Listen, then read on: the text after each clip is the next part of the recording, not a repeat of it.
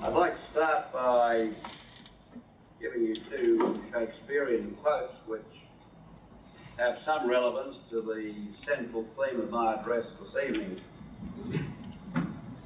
The first, of course, comes from Julius Caesar, that famous reference concerning evil. The evil that men do lives after them. The good is often certainly bad.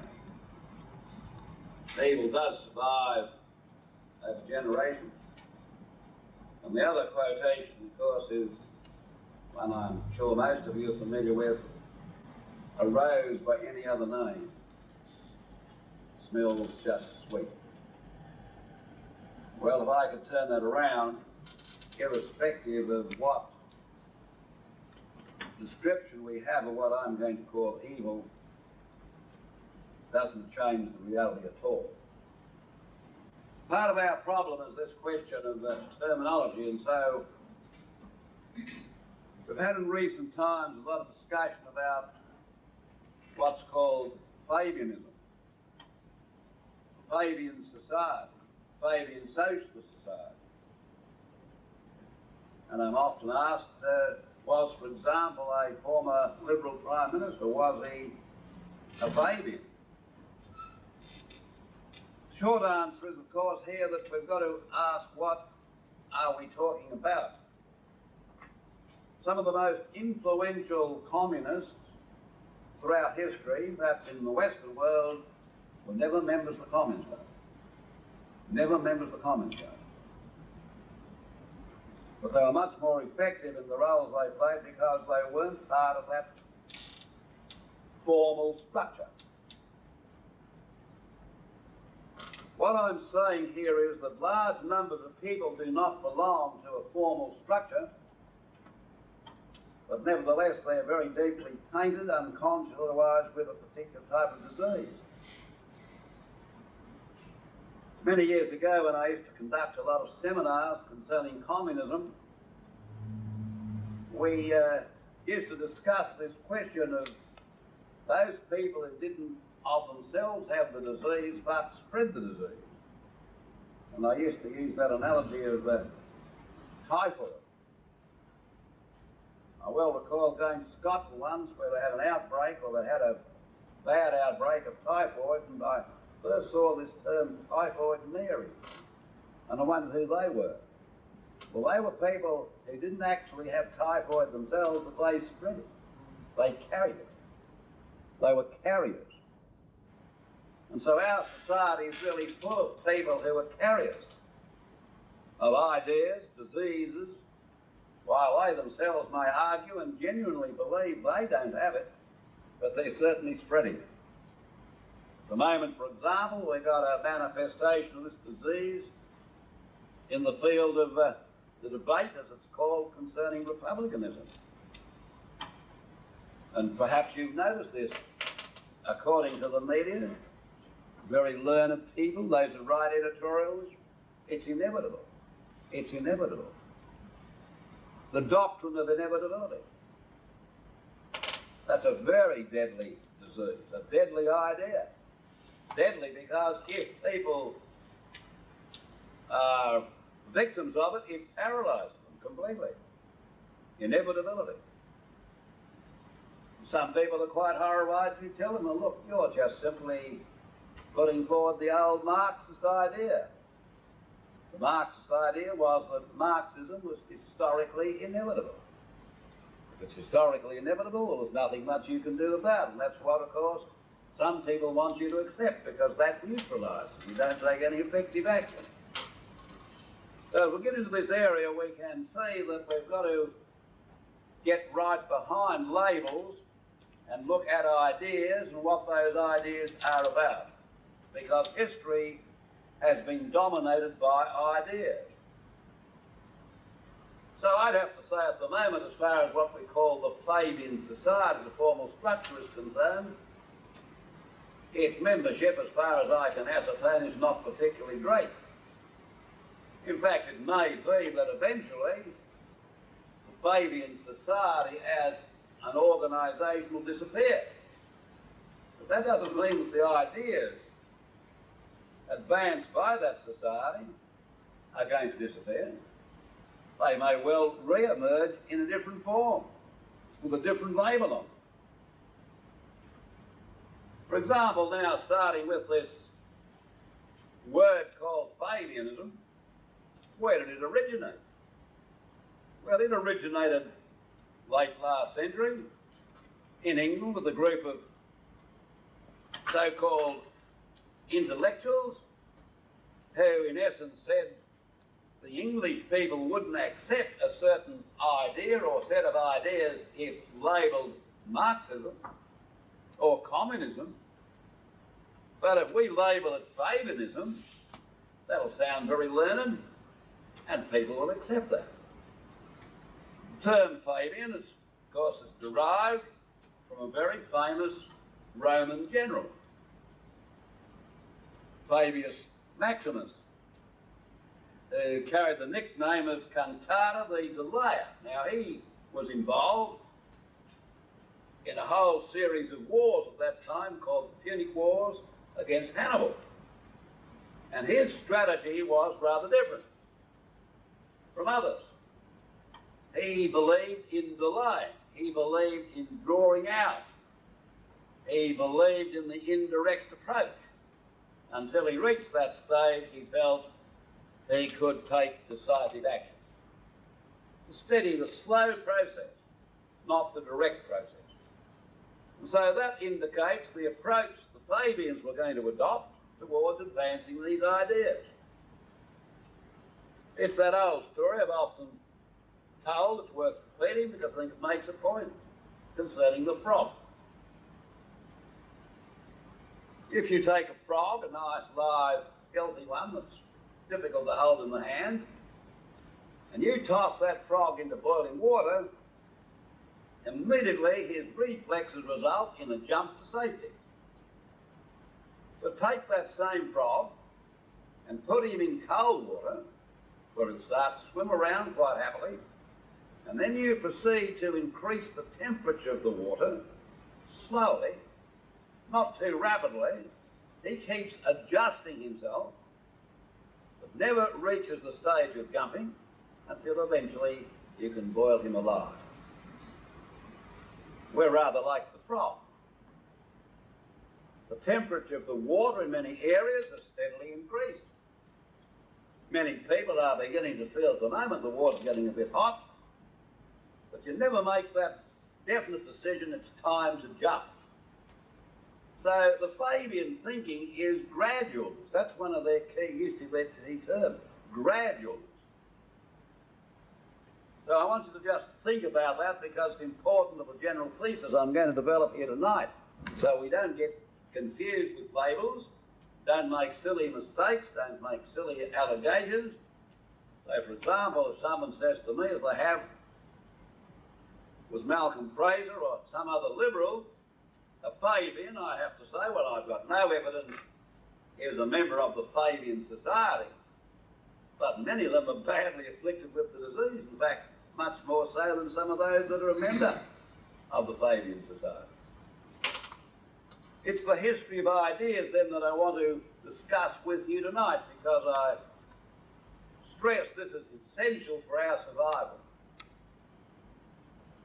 There are certain constants that run through the human drama. There are what I call absolutes. Now, I know the word absolute is not a very popular word at the moment because we're a liberated people. We don't believe in absolutes anymore. We believe you can compromise, you can shift, you can change. Particularly if you put another label on something, and apparently then becomes quite different. But there's several absolutes I think we need to look at. Number one, of course, is that absolute concerning power. Well, you're all familiar with the famous statement by the great Lord Acton about all power tending to corrupt. Absolute power corrupts absolutely. Now, that's just as absolute as the law of gravity.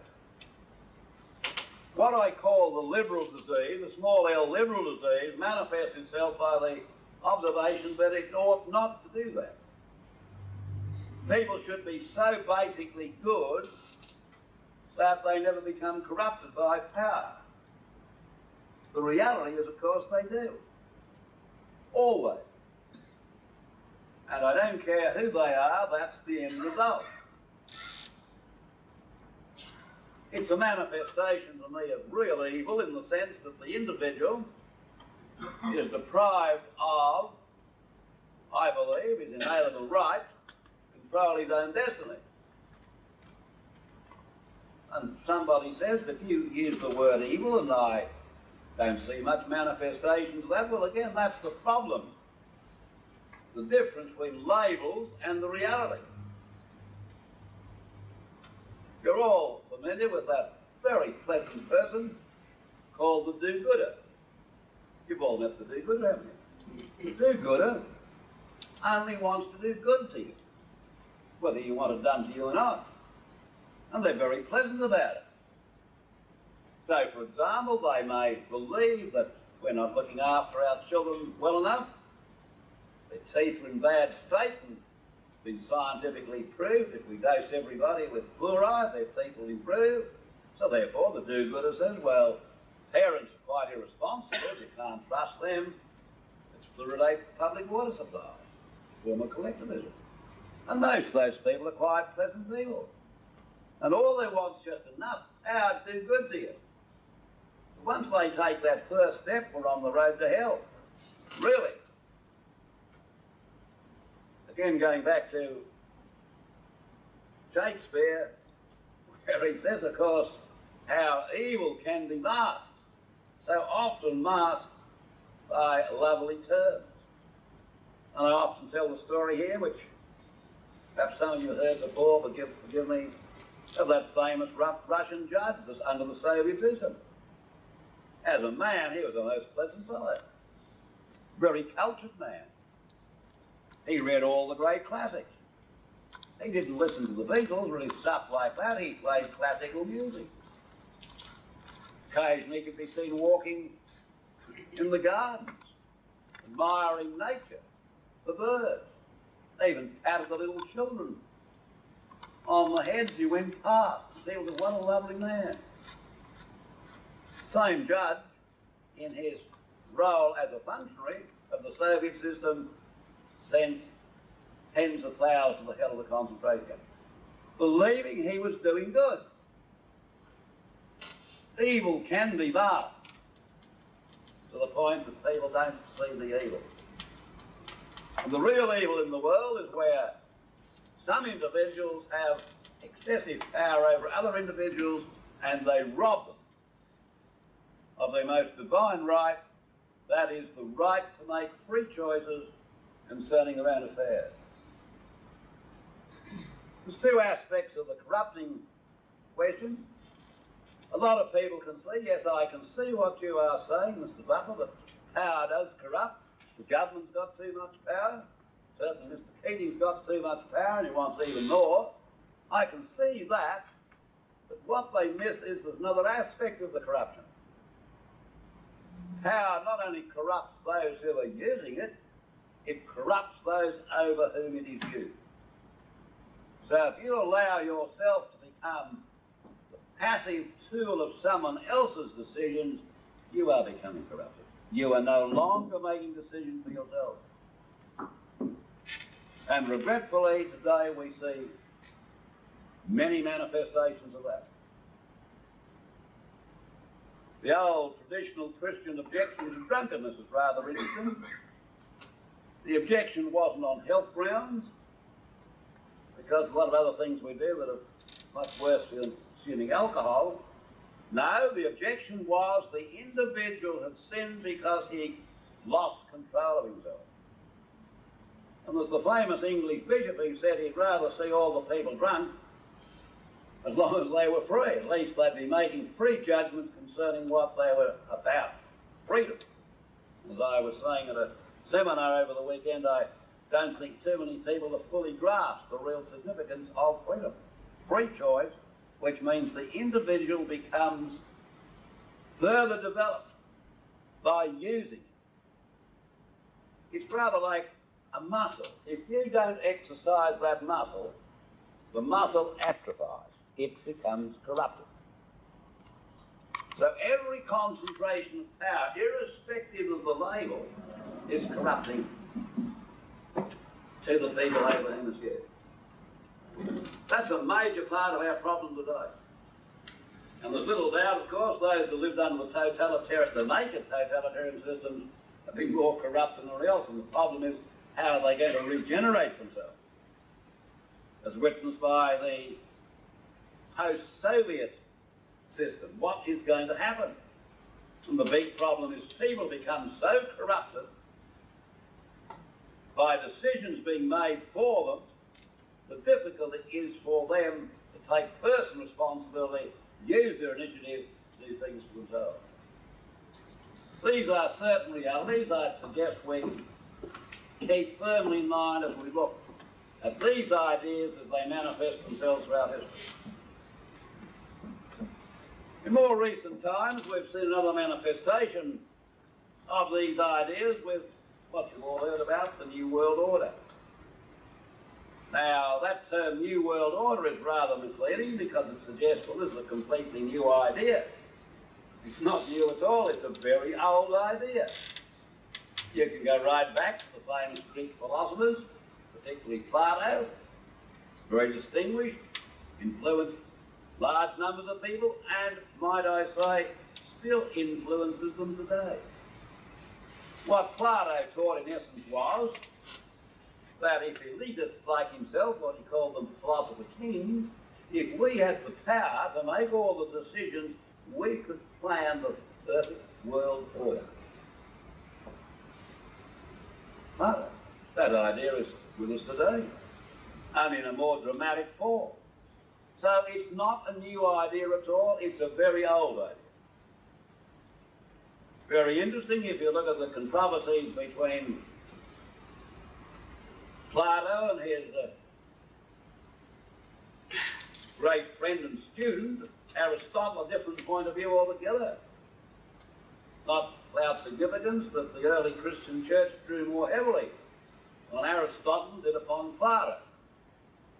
For example, Aristotle drew attention to the fallacy of collective ownership, pointing out collective ownership meant of anything, individuals did not feel any sense of responsibility. And so, of course, you have all the problems with that. So over the centuries, these ideas have manifest themselves in different forms. But running through it all has been this question of how do we get that power? Do, in most cases, good. Sincerely believing that's the way to go. And that brings me quickly down to what we'll call modern times, when you can see a manifestation of these ideas in a different form. So, to give a starting point, we go to a very interesting movement, generally known as the Illuminati. Now, the Illuminati did exist. It doesn't exist only in the imagination of people. It's not like some of these other documents you hear about or theories you have about conspiracies and secret societies, because, of course, in Bavaria, the documents concerning this society were seized and made public. That, of course, was just prior to the French Revolution. Now, what was the essence of what this movement was about? Well, first you had the old idea of Plato. If a group of elitists, those who'd been illuminated with a deeper understanding, if they had the knowledge and the power, how they could change society. Their ideas were rather interesting. First of all, the idea of the elitists controlling everyone else, but you had to eliminate the accepted natural order of things. For example, private ownership of property was an evil to be got rid of. Not without significance. Monarchy, particularly Christian monarchy, was a very bad idea according to the Illuminati. The family had to be broken up. And that society put together a framework of activities which are interesting in view of what has taken place since. The stress was on secrecy. The structure of the whole operation so that you had the initiatives coming through, lower up to higher, and those in the lower orders didn't know what the higher orders were doing. A tremendous practical example of the creation of what we call the secret society, the Illuminati. The mastermind was that famous figure, Adam Weishaupt. And again, if you're going to draw attention to Shakespeare's statement, the evil that men do lives after them, well, certainly the evil he spoke about has lived a long time after he's gone. And I might say, Mr. Chairman, as far as I know, I've seen no evidence that convinces me that the Illuminati today has any type of organisation. There's no structure. You can't say, well, there's a formal movement. But what I can say is the ideas that were advanced then have continued on in different forms under different labels. And so, for example, they preached, not only, as I've said, the abolition of property, religion, and also nationalism against nationalism. They stressed what they called the God of reason. The God of reason. The stress on logic. Well, logic's got its place in the human drama, but logic's merely like a slide rule. And all you can get from the slide rule is what's fed into it. And if you don't feed in some of the factors, the logic can be impeccable, but you don't get the total picture. The age of reason. The age of logic. And so we came to that awful event, the first great manifestation of the breakdown of Western Christian civilization in France. The French Revolution of 1789. One of the most significant comments about the French Revolution comes from Lord Acton in his essay, where he said the appalling and disturbing thing about the French Revolution is not all the smoke and the confusion, the convulsion, the destruction, was the evidence of clear design behind it. Design. In other words, Acton accepted that ideas can find a concrete form under different labels. And the French Revolution, all those ideas, paved the way for the next manifestation of these ideas under another label. And it quickly brings us to a chap called Karl Marx. Very interesting, Karl Marx's history, his background. Important to note, first and foremost, he was what you'd call well-educated. University product. He didn't come out of the trade union movement. He didn't start as a peasant. His education was what you call the higher level. And there, of course, he was captured for these types of ideas. And ultimately, he became very, very acceptable to people that were advancing these ideas. And he put them into a concrete form in 1848 with a document called Communist Manifesto. If you'll read through the Communist Manifesto and then go back and look at the Illuminati, you'll see a very striking resemblance. In fact, go right away back 2,000 years to Plato. In his writings, you'll see exactly the same idea. All you've done is change the labels. I want to stress this, you don't change reality by putting different labels on it. That's one of the most important ideas that you can think about. Because we're all so confused because we've got a government that's got an anti-communist, anti-socialist label on it. Well, then it must be different from those that are labelled socialist. I want to stress that. You do not change the nature of reality by giving it a different description.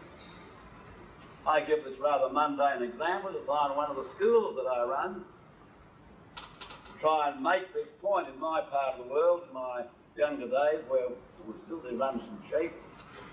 One of our big problems at lambing time is foxes. I hope no one reports me to the animal liberationists about this, but we use a certain type of poison for bait called strychnine.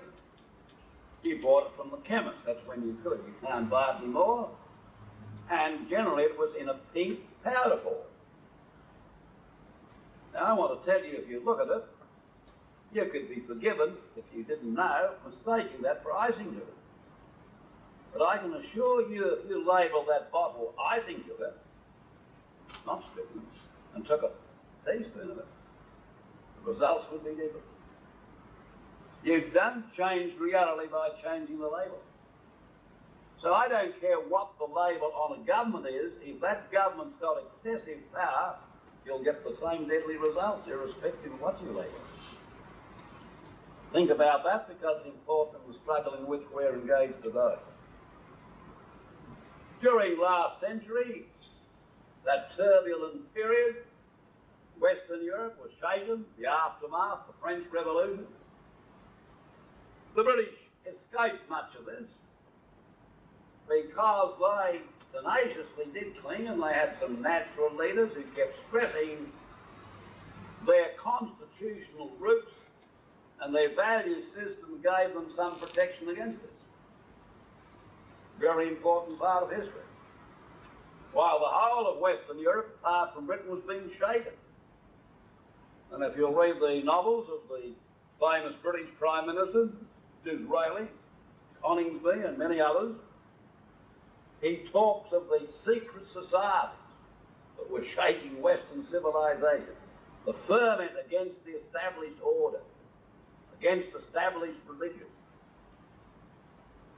and all that Western Europe had stood for, the secret society, all their operating.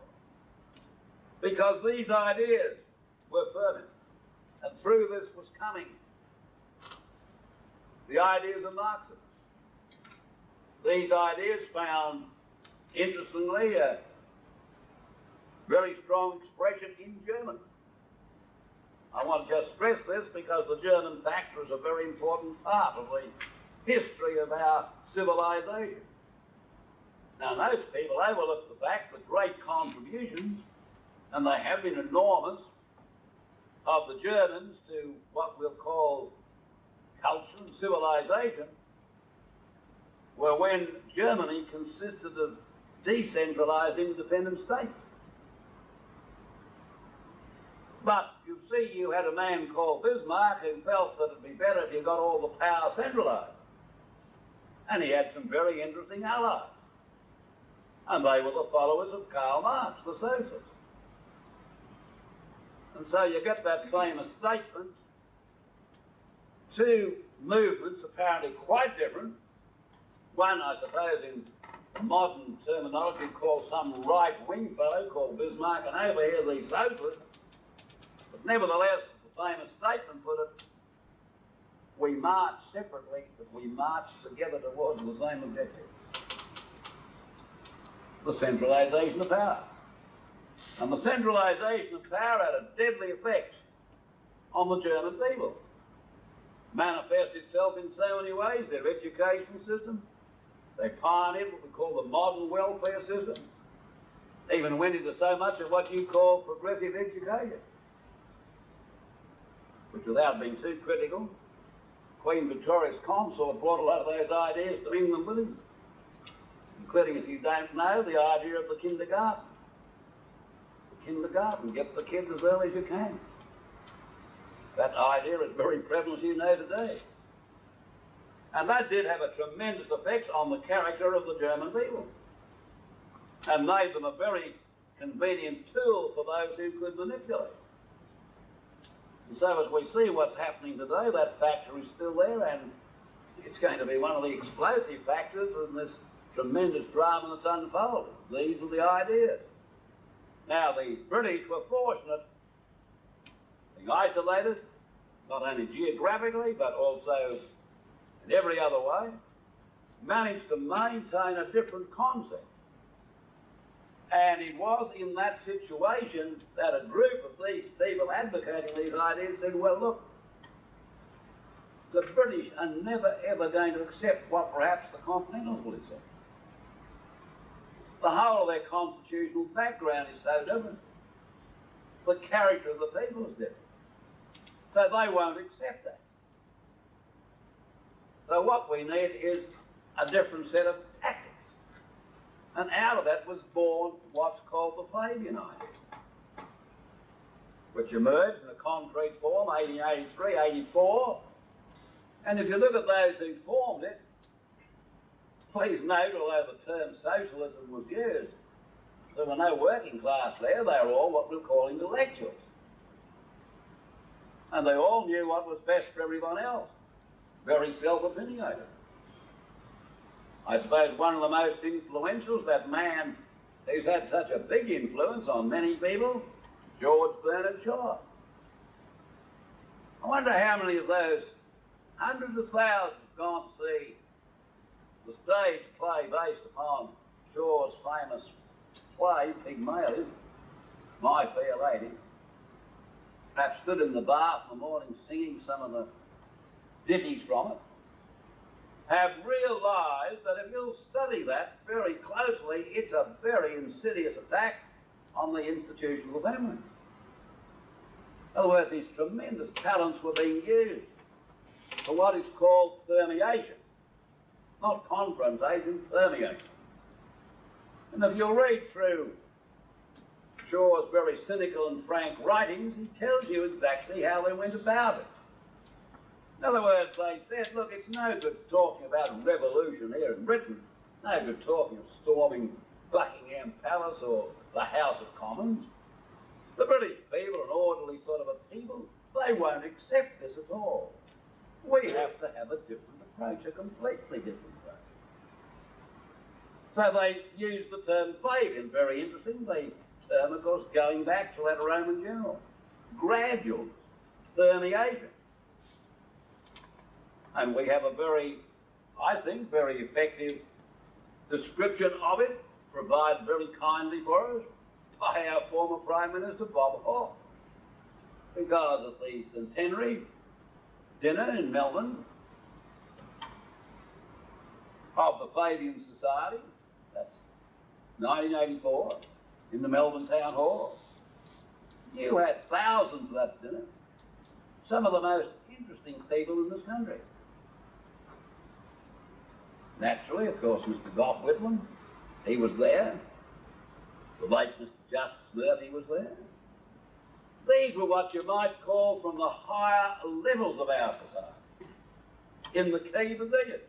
And that's exactly what the Illuminati thought. You must permeate into key positions in society. And that's what, of course, has taken place. Of course, Bob Hawke gave you a very, very brilliant description of the Fabian program and how it works. How we must change the whole nature, the character, the whole philosophy of appeal. In other words, not concentrating so much on winning elections, that was important, but changing for all time the way people think. It's all there. Now, the fact that he's gone, it's no relevance, because again, the evil that men do lives afterwards. Continues on that disease. And so now we have Mr. Keating, and he's simply continuing with those ideas.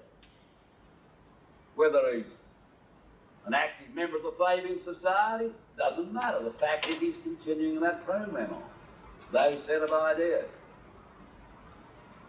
And the Fabians, therefore, started with that approach. They even saw the importance of the high-sounding education, so they established the London School of Economics. Might I say, this is very important, financed by rather wealthy individuals. Wealthy people, the Rothschilds and others. In other words, you had a combination of these kinds of people.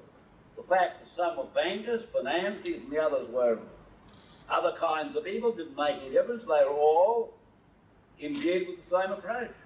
The London School of Economics. And there we'll bring students from all over the old English-speaking world, and we'll indoctrinate them under the guise of teaching economics. And they can go back. And then they'll influence government. And they did that. Even the Americans. John F. Kennedy. the present president.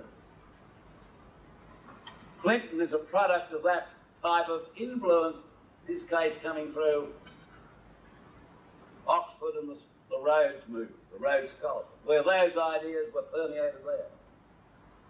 And so he might be offended if you call him a Fabian, but the fact is he's got that disease, badly got it. And that's the way they started. People should read what George Bernard Shaw had to say. We permeated. We joined all the political parties, including the Conservative Party. And I love that statement of his. We put ideas into the heads of even Conservatives who never knew where they were coming from and what they're about. And they would never have been there if we hadn't put them there. Permeation, the Fabian approach. A very old approach, but very, very deadly. And that has permeated all our political parties, that disease. We're starting to see manifestations of that in this country at the moment. There are some people who have been quite shocked. After the last elections, and suddenly Mr. Keating announced we're going to become a republic, we're going to start the debate, and suddenly they discovered that about half the members of the Liberal Party seem to at least subscribe to it, or perhaps we ought to discuss it. Even in my part of the world, we've got a former Liberal Premier, knighted, Sir Rupert Hayner, come out quite public and said he thinks we should move to a republic. I don't know why he doesn't hand his knighthood back. He's at least honest about it. The disease has been there all the time. Over the years, some of us for our sins have tried to point this out. We were told you're extreme. That's a very extreme view. But now you're seeing, at least to that extent, I believe the last elections produced a result which brought this into the open. We can all see it now. In other words, the poison was there all the time, working through the body politic. It's now come right into the open. And I think and hope more people can now see that so we can deal with the poison. That's a step forward, please. The Fabian concept then right through teaching economics, collectivism, and much else. It ran out here to Australia. During the Second World War, we had as our Attorney General Dr. Herbert V. River, the man who tried to tear the Constitution up, used a crisis. First of all, to try and stampede the states into handing the power to the federal government. And he would have got away with it, hadn't it been for one government, just one, and one part of that government down Little Tasmania. Every other state, including the so-called Conservatives, well, perhaps it's inevitable like today, and after all, we'll get the powers back after the war, and what's wrong with it? Except when it reached Tasmania. And the lower house there, they agreed, yes, well, we'll go along with it, but it reached their upper house, the Legislative Council, and you had a few Australians of integrity, and they said, no, the Australian people should be consulted about a revolutionary program like this, and we are not going to endorse it. Perhaps there's some significance that the key figure down there, or one of the key figures, was a chap who was a very famous cricketer. Perhaps he did understand what cricket used to be all about, famous Joe Darling.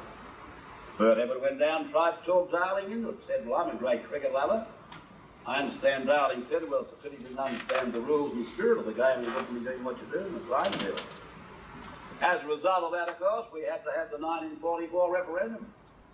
And when the people had a say, they rejected the whole concept completely, simply because of a few people, just a few, that stood firm. Now, that's important to understand at the moment, because it's those that are going to stand firm that are going to turn the tide. The few that stand firm. So we have that manifestation. And of course, he was a great friend of Professor Harold Jarrett Lasky, famous theoretician of the London School of Economics. He's the man who went to Moscow after the Second World War, had a long talk with Joe Stalin, and at the end of it said this, well, it's quite clear we're all marching to the same objective, but we're on different roads. So Joe Stalin's on the Marxist-Leninist road, we're on the Fabian road, but we're all marching to the same objective. Very revealing statement. other strategies were evolved. During the 30s, for example, we had the sort of forerunner of what we're seeing today, when in England a movement called Political and Economic Planning emerged, BEP, and said the only way to deal with the economic crisis, believe this or not, was economic rationalism. That sounds familiar? We need economic rationalism. We've got to get rid of these inefficient small units, and we've got to rationalise all the rest into bigger units that'll be then more efficient. The PEP. Interesting, some of the patrons, Mr. Israel Moses Sif, great chain store monopoly, he was a great advocate of this, because that got rid of all the small stores, he felt it worked. Political and economic planning. You had support of top financiers. You had an association then, again, of people with different labels that all went into the same idea. Well, the organisation called Political and Economic Planning, as far as I know, no longer exists. It no longer exists, but the ideas it put forward do exist. That's what I'm saying to you. So it doesn't matter if they fold up formally the Fabian Society straight tomorrow. Don't throw your hat in the air and say, that's marvellous. If those ideas persist, perhaps in a different form, different labels, then the problem's even greater than when we did have it in the open. One of the earlier Fabians was attracted to it, but drove with it, was a man called H.G. Wells, the great novelist and writer. And he wrote some most devastating critiques of how the Fabians worked, pointing out it was all very devious and tricky and slimy. And of course he referred to Sidney Webb, it's a Webby type of thing, in fact he wrote a great novel about it. But the fact that formally that structure may no longer exist doesn't mean these ideas no longer exist. They simply have emerged or developed with different labels. Now one of the most revealing statements that H.G. Wells made was that big business is simply the higher road to the same objective that the declared socialists taking going to the same objective. A most revealing statement, because that's what's happening today, isn't it? You're seeing that, the amalgamation of big business, big government, and now of course the idea of big unions too, with everybody else pushed out.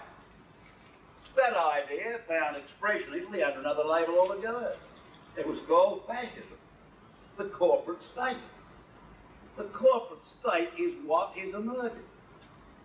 And you've got the leading advocates of in all political parties at Canberra at the present time.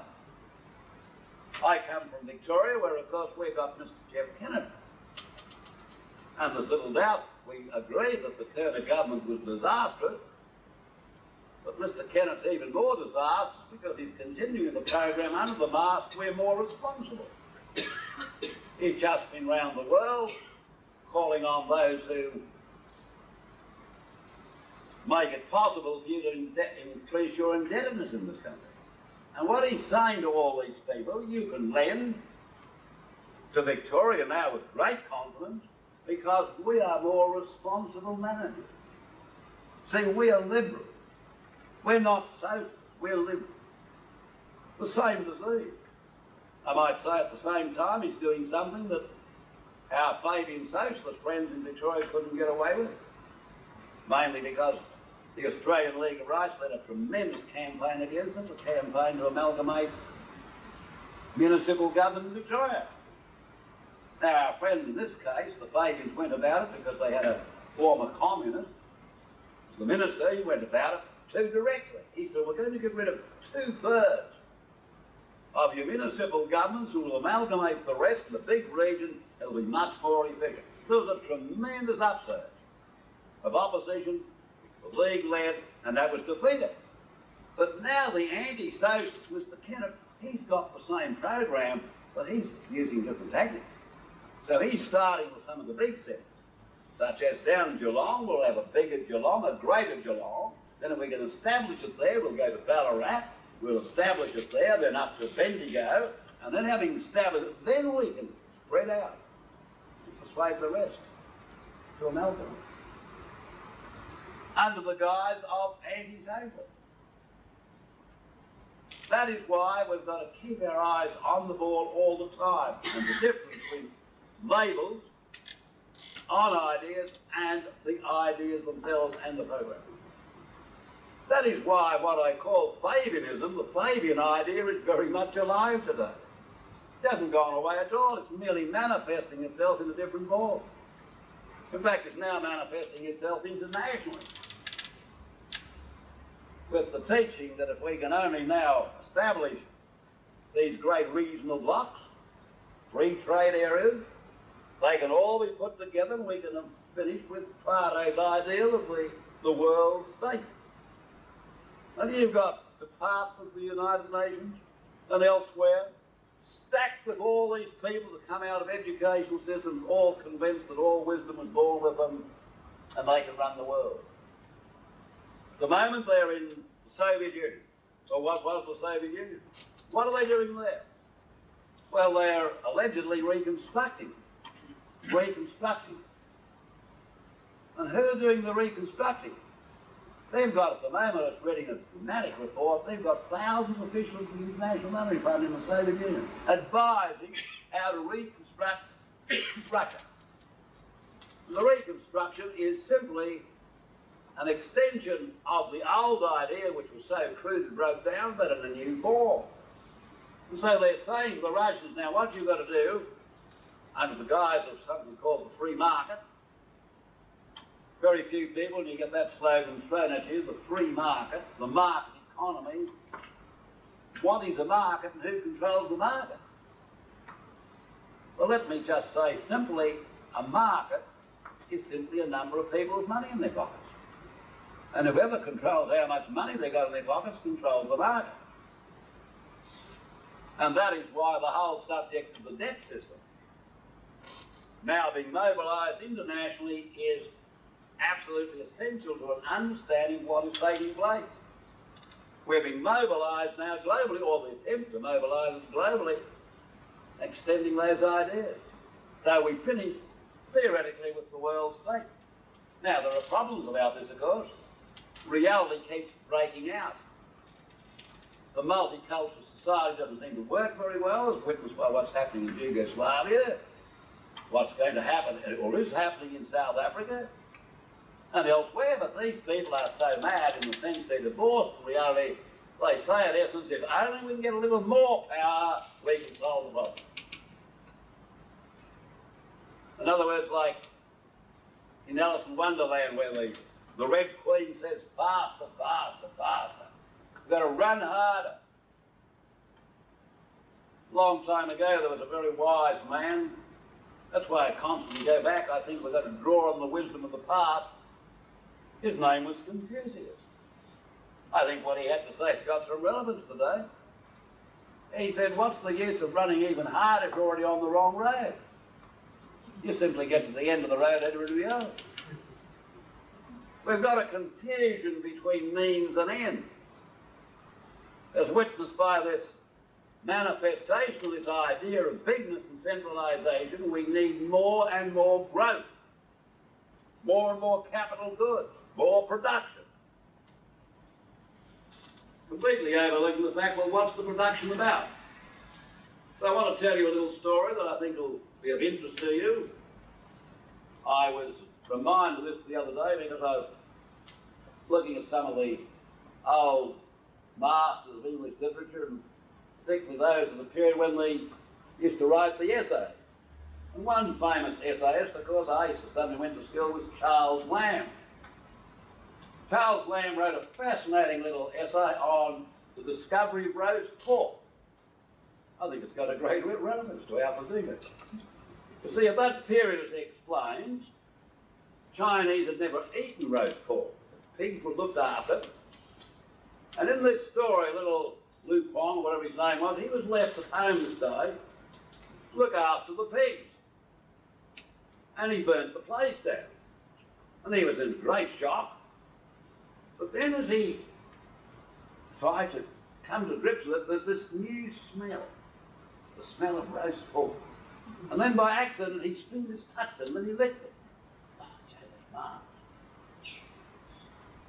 roast pork. And then his father came home, and after he built him, his son said to him, "But look, marvellous, he tastes it. But don't tell him the name, it's awful." And then they noticed in that community a very interesting phenomenon. Every time this family's pigs, the whole place went up in flames. And then the whole countryside started to go up, because people felt this was the only way to get this new delicacy called roast pork. You burnt the whole place down. That's what we're doing today. Burning the whole place down to get what we really do want. The consumer goods which we can get without tearing the place down, without doing all these things. I think we've got to go back and look at some of the wisdom of the past, some of those stories which I think have got a great deal of relevance, because we're clearly on the road to disaster. And that brings us, before I conclude, into where we are at the moment with Mr. Keating. Mr. Keating, of course, is really in the mould of the Illuminati. He dislikes the idea of monarchy, particularly anything that comes from Britain, because he's anti-British. But monarchy itself, he seems to believe the idea of monarchy is contrary to something he calls democracy. But you've got to look at democracy. There's some pretty scathing comments about how it works. I see the Prime Minister of Malaysia, I don't know if we completely agree with him, he said democracy as practiced in other countries is a disaster. It leads to homosexuality, which you all worship apparently, because that's the way to go. Promiscuity and the whole breakdown of society. Well, he said, we don't have that, not yet, here in Malaysia. We don't think this democratic idea is the way to go. We've got to look at all this. Mr. Keating's got that collectivist mania, and he believes that we can make things bigger, we can make them better, if we can get ourselves absorbed into something called the Asian sphere, we'll solve our problems here. But it's the debt system that's being used to drive us. The debt system all the time. And the significant thing about the debt system is, it wouldn't have mattered if we'd elected John Newsom at the last elections, because the debt under John Newsom, his projections, would be nearly the same as those under Mr. Keating. But now they tell us don't worry about that. That's simply a measure of our progress and our development. But in essence, they are proposing this country be torn from its roots. Torn from its roots, its cultural roots, historic roots, to fit us into this grandiose plan, this idea. I would say that a man like Adam Weishaupt must be cheering in his grave as he sees my idea being taken up with such vigour right around the world. Surely it's true, the evil that men do lives after. And the world we have today is a world in which ideas like this are evil. And I don't care what label you put on them, their results are deadly. And so, Mr. Chairman, as we look at these ideas, they work themselves out in history. We can see that we don't change reality, they're putting different labels on it. Reality, in the last analysis, is the great disciplinarian. You can keep jumping over the cliff if you like, perhaps pretending you're so well educated you won't come to any harm, or you've been liberated, or something else. I can assure you, reality will overtake it. And that is where I believe we are at the moment. And perhaps the encouraging aspect of our position is that we can see, if we will look behind the labels, behind the veneer, we can see that there is a solution, in the sense we are violating absolutes. The absolutes are still there. What we've got to do is to humble ourselves enough to admit these absolutes are greater than we are, and if we'll simply rediscover them, go back, rediscover them, and apply them, we can start to regenerate our nation. That's where I believe we are at this moment. Tremendous challenge, but a challenge which we must face, or we're simply going to die. And finally, we've been given some leadership by that man whom the media is trying to denigrate all the time. His name is Prince Charles. That is why people should read what he has to say, his essays. And what a courageous individual he was to go to France right at the moment when these people, the big planners, were trying to get this general agreement and trade and tariffs into place and beat those French down so that they'd agreed they had to go away so that you could have all this big structure in America flooding in. And Prince Charles arrives to say, in essence, something's been said a long time ago: you can gain the whole world and lose your soul. And said if you're going to destroy all these small French peasants, you destroy the culture. You destroy the soul of the nation. And that was absolute anathema. Something. That is why I believe perhaps when we look at one representative monarchy, it's far preferable to, shall we say, 4 kings. Thank you very much. That's a very interesting thing. But if you study the literature concerning the development of what I call these subversive ideas, going back to Wyckoff and the Illuminati, the attack on nationalism, the undermining of belief in nationalism, and in the famous Canadian spy trials where all of those involved were so-called elitists, well-educated, but really basically traitors, they had experienced what you in essence are suggesting. Their fibre had been rotted. They no longer believed in loyalty to their own nation. They were internationalists, therefore they had no roots. I think that's the real issue. Now, we've got to have faith here and hope enough people, and the evidence is they're trying to find their way back to the roots. And the only way we can help other people to do that, by encouraging them, is to do that ourselves. That is why I think we've got to concentrate on ourselves, quoting Shakespeare, and again, to thine own self be true. Thou canst not then be false to any man. We've got to be sympathetic to all these other people, but it's example. People are inspired and learn from example, not from lectures, and you can point these things out, but by example. We're, I believe, better placed than most to do that, to go back to our roots and preach that, and that's where we're going to go. Boldly reject internationalism. Boldly reject multiculturalism, as it's presented to us. And say, right, it's great that if the Germans go back to their roots, the French go back to their roots, all these people, the Russians go back to their roots, but they're only going to be inspired to the extent they will be inspired by example. And that is why at a certain period in European history, continental Europe was inspired by the example of the British. They looked to the British because the British kept themselves free. And they looked to them. And I believe perhaps that's the role that we can play today. That means we've got to lift our game. We've got to get back to that old teaching that a nation without vision perishes. We've got to have a vision. But the vision's got to be related back to reality. I completely agree with you.